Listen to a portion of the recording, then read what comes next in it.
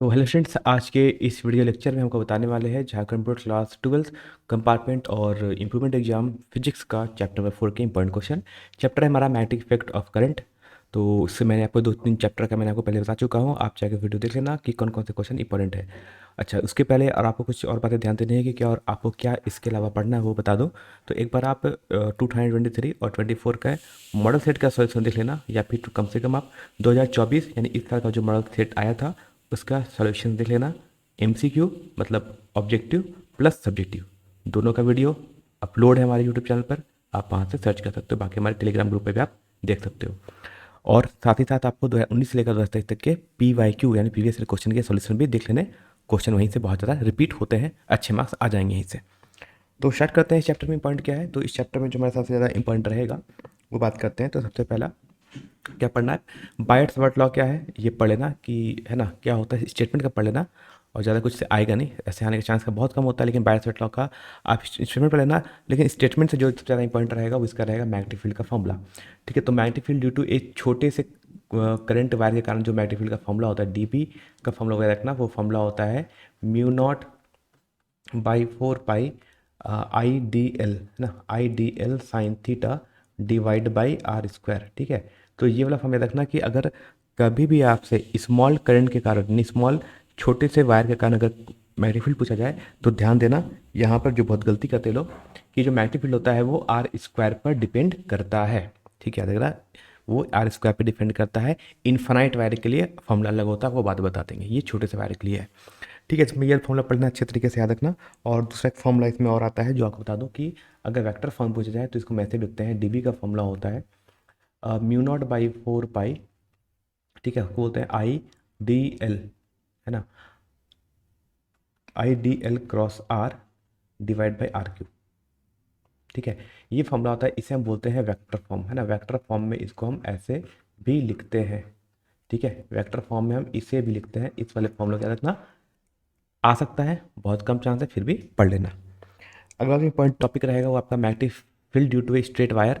तो magnetic field due to straight wire इसको पढ़ लेना, है ना। इसका पहले आप बता दो फॉर्मूला क्या होता है। तो magnetic field due to infinite wire का फॉर्मूला होता है, वो बी का फॉर्मूला था। बी का फॉर्मूला होता है μ0I डिवाइड बाई 2πd, जहाँ पे डी क्या होगा, एक वायर है जिसमें से इन्फाइनाइट वायर जिसमें करंट आई फ्लो कर रहा है, उससे डी डिस्टेंस पर अगर मैग्नेटिक फील्ड पूछा जाए तो उसका ये फॉर्मूला होता है। इस फॉर्मूले को अच्छे तरीके से पढ़ के चले जाना, इंपॉर्टेंट है।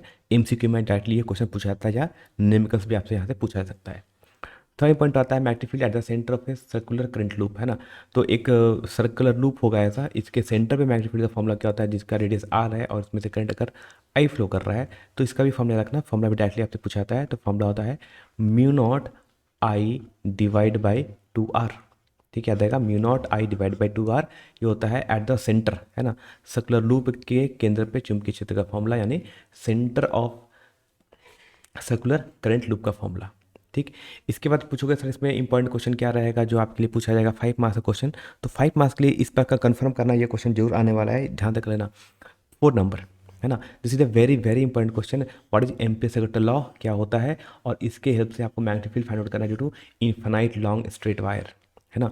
तो question 4 is very very important for the 5 marks, है ना। तो 5 मार्क्स का क्वेश्चन, यहाँ से क्वेश्चन बहुत ज़्यादा इंपॉर्टेंट है इस वाला आने के लिए, इस साल के लिए, है ना, आपके कंपार्टमेंट या इम्प्रूवमेंट एग्जाम के लिए।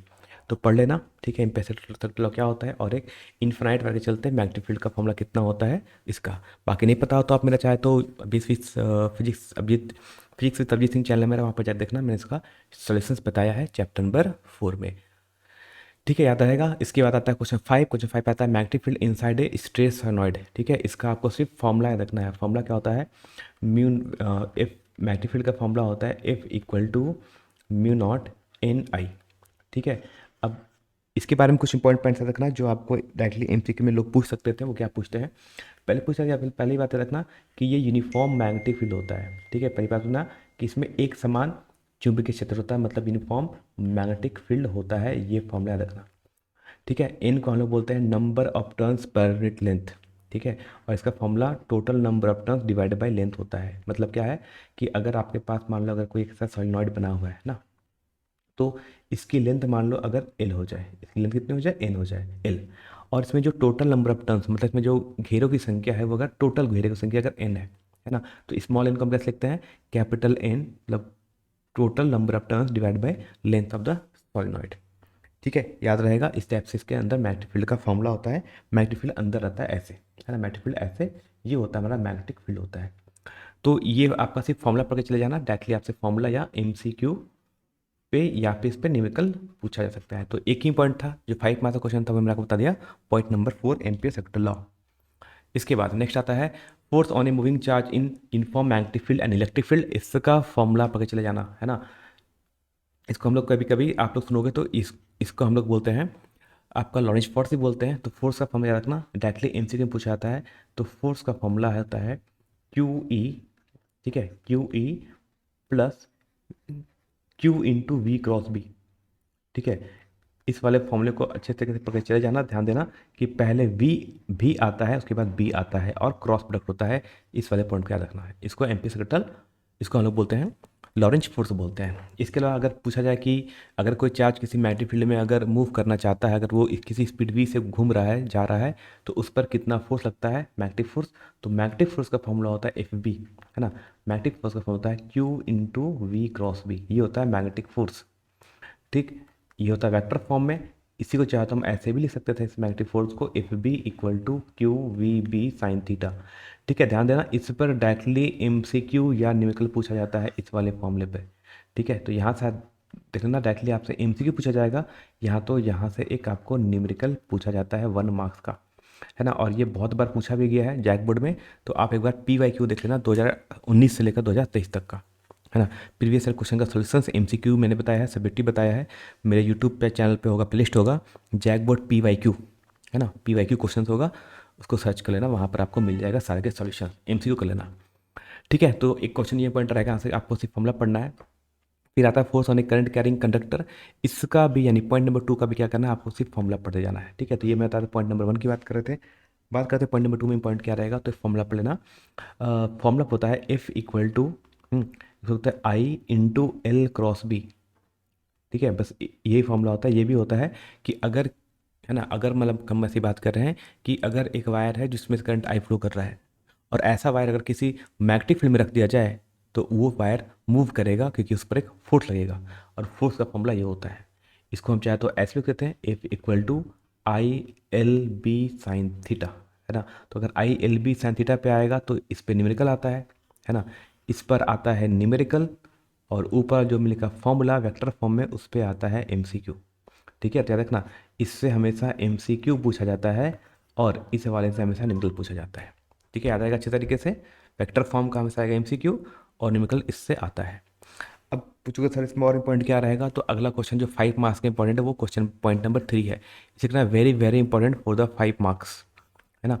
5 मार्क्स के लिए इंपॉर्टेंट रहेगा force between two parallel current carrying conductors. मतलब कि हम बात कर रहे हैं पॉइंट नंबर 3 की बात कर रहे हैं, ये वेरी वेरी इंपॉर्टेंट है फॉर द 5 मार्क्स। ठीक है, इसमें पूछो सर क्या इंपॉर्टेंट रहेगा, तो इसमें ये पूछा जाता है कि अगर दो स्ट्रेट वायर हैं ऐसे, है ना, और एक में से करंट अगर आई फ्लो कर रहा है और दूसरे में से जो धारा फ्लो कर रही है अगर आई टू हो जाए, आई वन और आई टू, और इनके बीच का अगर डिस्टेंस डी हो जाए, तो फोर्स पर यूनिट लेंथ, है ना, यानी force divide by length, force पर यूनिट लेंथ का जो फॉर्मूला होता है वो होता है mu naught into I one into I two, है ना, डिवाइड बाई 2 पाई डी। ठीक, इस वाले का प्रूफ पढ़ के चले जाना, है ना, इसका डेरिवेशन से आता है डायरेक्टली। तो इसका डेरिवेशन कैसे होता है मैंने कराया भी है, चाहे कर देख लेना, छोटा सा डेरिवेशन है, समझ आ जाएगा आपको, है ना। ट्राई करेंगे कि हम इसका सॉल्यूशन भी आपको बता दें, जितने भी 5 मार्क्स वाले इंपॉर्टेंट क्वेश्चन उसका वीडियो सॉल्यूशन भी बता दें। फिलहाल अपने तरीके से भी पढ़ो, बाकी हम बता देंगे। ठीक, आता है पॉइंट नंबर 4 का, पढ़ लेना एमसीक्यू, है ना। इससे डायरेक्टली एमसीक्यू आएगा point number 4, torque experience by current carrying loop in uniform magnetic field. मतलब कि एक समान चुंबकीय क्षेत्र में करंट लूप द्वारा आघूर्ण का अनुभव कितना होता है, टॉर्क हम लोग बोलते हैं, आघूर्ण बोलते हैं। हिंदी वाले ध्यान देना, इसको हम लोग आघूर्ण बोलते हैं।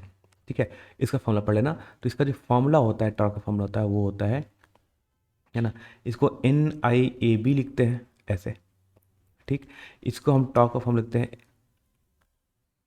NIA क्रॉस बी, है ना, ऐसे लिखते हैं, A क्रॉस B भी लिखते हैं। तो ये टॉर्क वाला फॉर्मूला पढ़ लेना अच्छे तरीके से, डायरेक्टली आपसे फॉर्मूला भी पूछा जाता है। तो इस पर सिर्फ आएगा तो फॉर्मूला आएगा और कुछ भी इस पर चाहे न्यूमेरिकल आ सकता है, नहीं तो और इसका प्रूफ वगैरह नहीं पूछा जाता है। मूविंग कॉइल कैलोमीटर ऑलरेडी पूछा जा चुका है, तो मूविंग कॉइल कैलोमीटर के बारे में से कोई खास पूछा नहीं जाएगा। तो मूविंग कॉइल कैलोमीटर में कोई खास पढ़ने की जरूरत नहीं है इसको, ठीक है, क्योंकि इस पर ऑलरेडी क्वेश्चन आ चुका है। फिर भी अगर आपको आता है तो एक बार मूविंग कॉइल कैलोमीटर पढ़ लेना, क्योंकि मूविंग कॉइल कैलोमीटर क्या होता है, करंट को डिटेक्ट करता है कि किसी सर्किट में करंट फ्लो हुआ या नहीं हुआ, इसको बस ये बताता है। अच्छा, लास्ट बचता है इस टॉपिक में, जो दो बचता है हमारे पास, उसको बोलते हैं conversion of galvanometer into ammeter और conversion of galvanometer into voltmeter, है ना, कि इसको हम कैसे परिवर्तित करते हैं, रूपांतरित कैसे करते हैं। तो पहले वाले का मैं बताता हूँ, सॉल्यूशन लिख लेना। इसका क्या होता है कि जब हम एक, है ना, अगर ये हमारा हो गया गैल्वेनोमीटर, कहता है कि जब गैल्वेनोमीटर के पैरेलल में, मतलब समांतर में, एक हम बहुत छोटा सा रेजिस्टेंस लगाएं, है ना, इस रेजिस्टेंस की वैल्यू बहुत कम होती है, लो होती है, इस टाइप को हम ऐसे लगा दें, तो इस टाइप से जो हमारा बन जाएगा डिवाइस, मतलब ये जो मैं बनाया ब्लू कलर से, ये जो डिवाइस बन गया, इस डिवाइस को हम लोग बोलते हैं एमीटर। क्या बोलते हैं, इस डिवाइस को लोग बोलते हैं एमीटर बोलते हैं। तो ध्यान देना यार, इसको हम लोग बोलते हैं शंट रेजिस्टेंस बोलते हैं। इसको क्या बोलते हैं हम लोग, शंट रेजिस्टेंस बोलते हैं। इसकी वैल्यू कितनी होती है, इसकी वैल्यू लो, बहुत कम होती है, और इसको हम हमेशा पैरेलल में लगाते हैं। दिख रहा होगा कि ये पैरेलल में है, किसके साथ, गैलोमीटर के पैरेलल में है।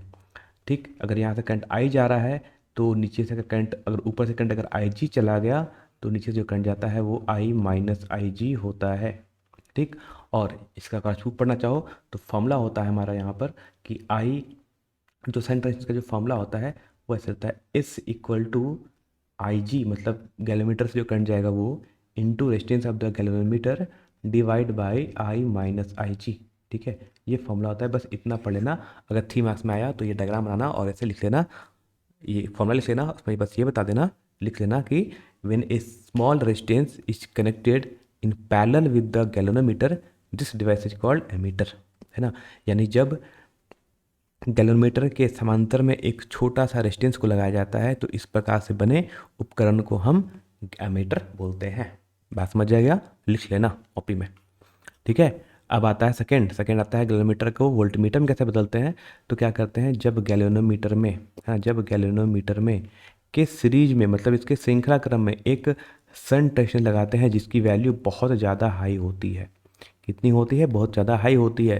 तो इस टाइप का जो डिवाइस बन जाता है, इस पूरे डिवाइस को हम वोल्टमीटर बोलते हैं। क्या बोलते हैं इसे, इसे हम वोल्टमीटर बोलते हैं। याद रहेगा अच्छे तरीके से, याद रखना। ठीक, अब सुनो, इस पे एमसीक्यू क्या पूछ सकते हैं, थोड़ा सा याद रखना कि अगर आइडियल, अगर एमीटर है ना, अगर आइडियल एमीटर है तो इसके शंट रेजिस्टेंस की वैल्यू, है ना, अगर हम बात करते हैं आइडियल एमीटर और आइडियल वोल्टमीटर की बात करते हैं, ठीक है, तो 2 पॉइंट याद रखना कि अगर एक आइडियल एमीटर बोलते हैं और दूसरे को हम आइडियल वोल्टमीटर बोलते हैं। ठीक, तो दोनों में और क्या पूछा जाएगा, आइडियल, अगर आइडियल हो गया तो क्या हो गया, तो है ना, अगर आइडियल एमीटर है तो इसके शंट रेजिस्टेंस की वैल्यू 0 होती है। ठीक, और अगर आइडियल वोल्टमीटर है तो इसकी शंट रेजिस्टेंस की वैल्यू, जिसको मैं लिखा था, बहुत ज़्यादा हाई होती है, इसकी वैल्यू इनफाइनाइट हो जाती है। ठीक है, तो आइडियल वाली कंडीशन से याद रखना, तो इस जगह से आपसे एमसीक्यू में और डायरेक्टली ये पूछ लिया जाता है। ठीक है, तो एमीटर में कितना होता है रेजिस्टेंस की वैल्यू, आइडियल एमीटर की शंट रेजिस्टेंस की वैल्यू 0 होती है, और आइडियल वोल्ट मीटर होता है तो उसके रेजिस्टेंस की वैल्यू इनफाइनाइट होती है। इतना ही पढ़ के जाना है, इससे ज़्यादा कुछ पढ़ने की जरूरत नहीं है। तो चैप्टर नंबर हमारा 4 से इतना ही कुछ इंपॉर्टेंट था। 5 मार्क्स वाले मैंने 2 क्वेश्चन बताए इंपॉर्टेंट, दोनों को पढ़ लेना। बाकी इस साल जो आपका मॉडल सेट आया था सॉल्यूशंस, उसको अच्छे से पढ़ के चले जाना, क्वेश्चन वहाँ से आने के चांसेस ज़्यादा रहते हैं। ठीक है, तो क्या पढ़ना है आपको साथ में, आपको साथ में पढ़ना है 2024 का मैंने कराया था मॉडल सेट का सॉल्यूशंस, है ना, मॉडल सेट का सॉल्यूशंस, ये कर लेना अच्छे तरीके से, है ना, मॉडल सेट का सॉल्यूशन करना अच्छे तरीके से। ठीक है, कौन कौन सा, एमसीक्यू और एक होगा सब्जेक्टिव, दोनों का अलग अलग वीडियो है, दोनों वीडियो को देख लेना अच्छे तरीके से। ठीक है, आपका काम हो जाएगा। ठीक है, बाकी कहता हूँ फिर से वही कि आपके जो जूनियर्स हैं, आपके छोटे भाई बहन हैं, उनको भी चाहे तो चैनल को रिकमेंड कर सकते हो, ताकि उनकी पढ़ाई अभी से अच्छी हो, ताकि उनको लास्ट टाइम पर ऐसी प्रॉब्लम ना फेस करना पड़े जैसा आप लोगों को फेस करना पड़ा हो। तो अभी से पढ़ेंगे चीज़ों को, तुमको अच्छे समझ आएगा और इनका एग्जाम अच्छे तरीके से हो जाएगा। क्योंकि जेई का जो क्राइटेरिया चल रहा है आज तक, आप सभी को पता है कि IIT-JEE का क्राइटेरिया 75% का हो गया है, और उसके लिए आपके मार्क्स नहीं आ पा रहे हैं, और इवन जैक बोर्ड की स्थिति बहुत ज़्यादा ख़राब है, बहुत ज़्यादा ख़राब है, ये आप सभी को पता है। तो इसलिए और आगे लोगों को दिक्कत ना हो, उनके अच्छे मार्क्स आएँ तो शुरू से पढ़ाई कर सकें, इसके लिए चैनल को रिकमेंड कर सकते हो। और साथ में याद रखना, कंप्यूटर साइंस जिन्होंने चूज किया है, कंप्यूटर साइंस को अच्छे से पढ़ना, क्योंकि कंप्यूटर साइंस ही आपके मार्क्स को बढ़ाएगा और आपका 25% का क्राइटेरिया पूरा हो पाएगा। ठीक है, तो जो एडिशनल सब्जेक्ट आप चूज करते हैं उसको बहुत अच्छे तरीके से पढ़ना, और क्योंकि वही आपके परसेंटेज को बढ़ाता है। बाकी हम मिलते हैं नेक्स्ट वीडियो में।